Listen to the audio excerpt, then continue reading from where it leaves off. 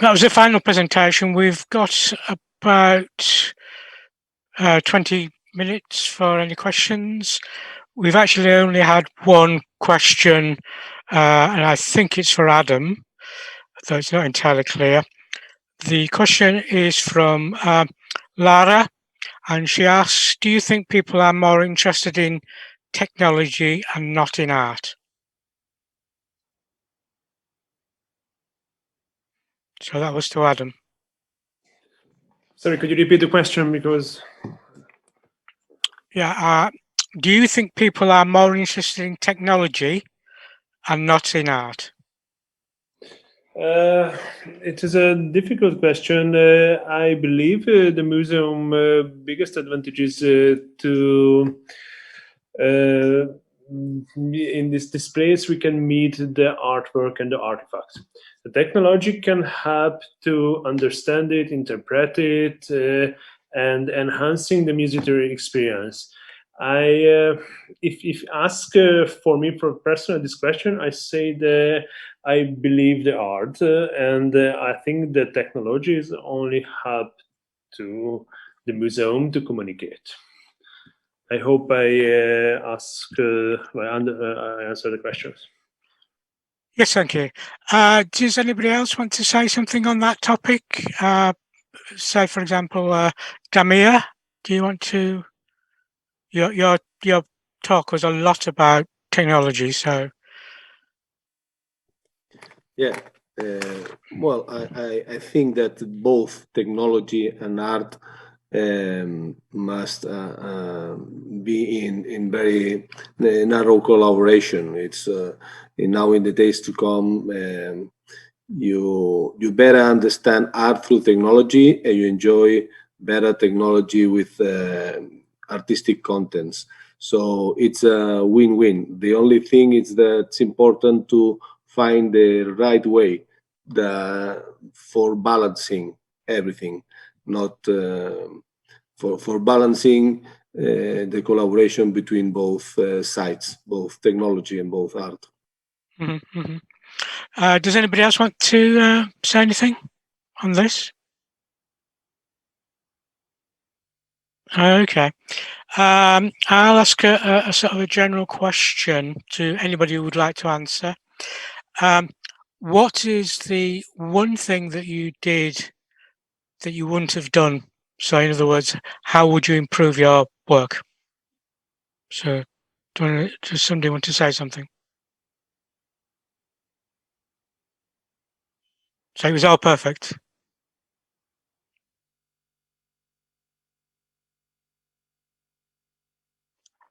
Okay, so it was all perfect. Well, if I can add in something, I guess that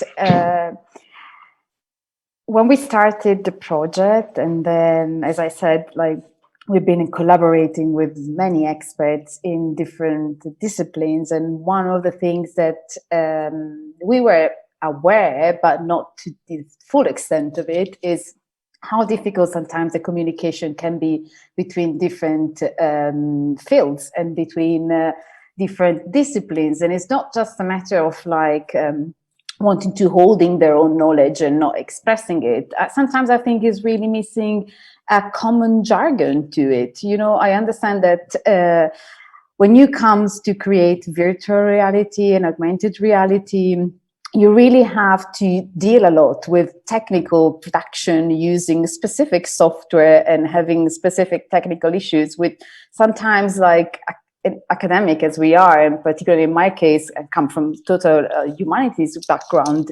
I was totally out of my depth at the beginning. So I think that it's something that knowing it now and starting to go back, if I were to start to scratch the project, I'll definitely put down a vocabulary of terms, which is like, I think is really important to help and foster a proper communication in terms a smoother operation of all the production in itself.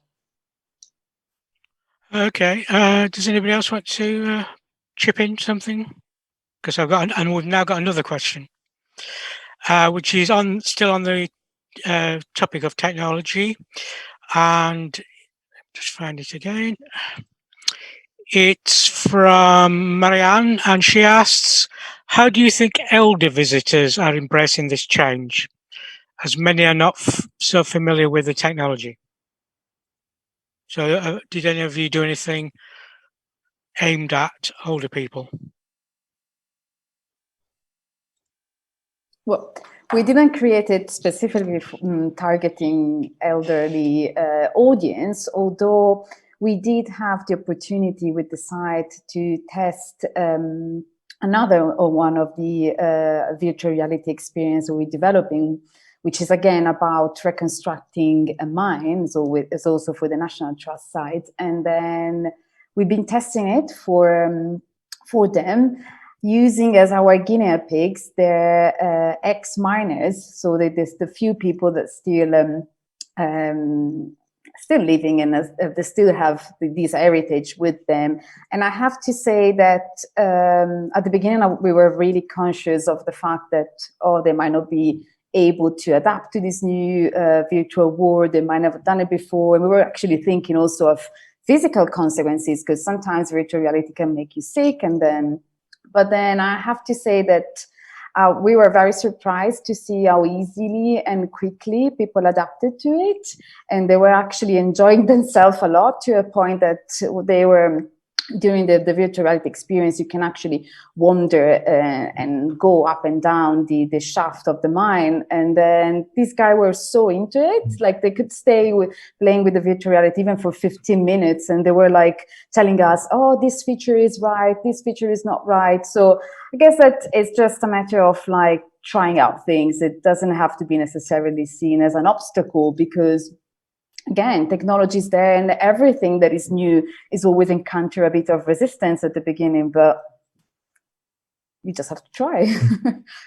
Goran, I think you're going to say something.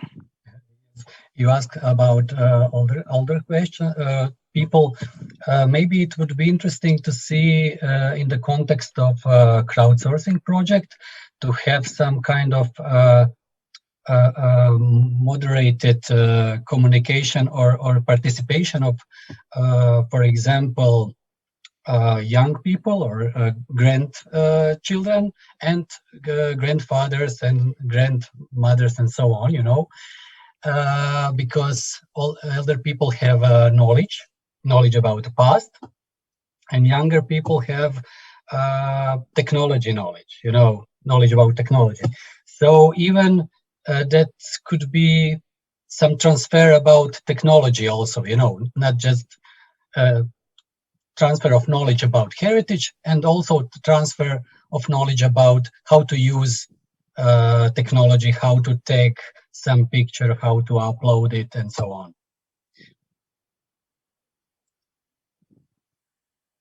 That is just my idea for some collaborative project. Okay. Does anybody else want to chip in? We have now got another question for Damia, so if you bear with me a second. This one is from Joan, and she asks, though it might be a man, because you know where they're from. Have you also thought about how to better combine the virtual use of 3D models with, or in accordance with, the physical visit to a site or a museum holding the physical item having been 3D modeled? Yes, we have already started to prepare that line of action for the project, because the project it will have development in different fronts, and one of those is the possibility of combination with virtual reality and also other kind of research programs that has to do with the 3D models. In fact, one of the things that we are going to do, it's not properly virtual reality, but it's one of the possibilities that this project allows us, is to organize some kind of virtual exhibitions. For example, we have digitized models from different collections, from different museums, but that they belong to the same original work. For example, an sculptoric group of middle age in wood. It appears on the images, and you cannot see that in reality. You can also see that in our online gallery, because we have digitized one side of the models in one museum and the other part of the figures are from the other museum, and you can see them all together and also located in the original church where they were conceived originally, in this kind of virtual exhibition. So it is our intention to develop all the possibilities that this project will give to us. Okay, I think that's a very comprehensive answer from you. We have another question, this time again for Goran, and it's from, where is it? From Leonard. And he asks, when cataloguing the slide collection, you said that you mapped the original index terms to the AAT. How effective was that? Were there any problems, or did the topics which the AAT did not cover in your way needed? So it's a critique of the AAT, I think, Leonard's asking about. Well, of course, as I said in presentation, there were topics about urbanism and topics about protection of monument. So there are some terms are present in the AAT and some are not. But this is in some sort, this is kind of opportunity to include those terms in art and architecture thesaurus. For example, colleague Ana Šverko from Croatia now doing some terminology contribution. It is about classical architecture. So I think that some kind of special field terminology projects could be some kind of way to improve art and architecture thesaurus in multilingual context. Okay, another question from Claudia. I think it might be either to Goran or Damien again. How about the economic feasibility of this kind of project? Have they been funded? No, it is not funded. So students were volunteers, and to some extent, we are the volunteers and invest our free time. Because our experience, of course, we are doing it in a teaching process, but when you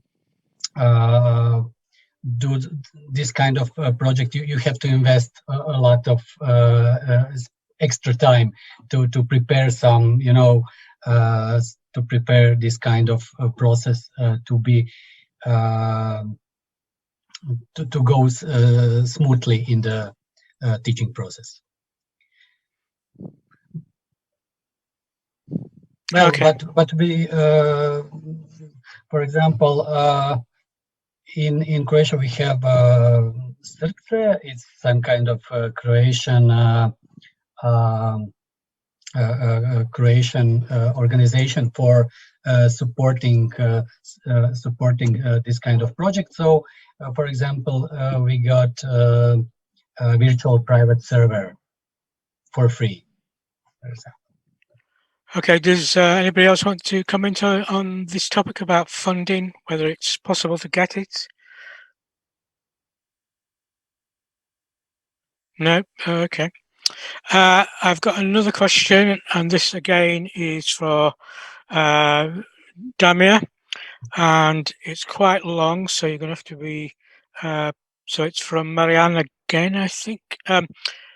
Did you find difficulties in connecting the technical and the professional requirements for the project with the availability of professionals we now have a day, or was it needed to create new departments and training professionals to respond to the necessities of interdisciplinarity?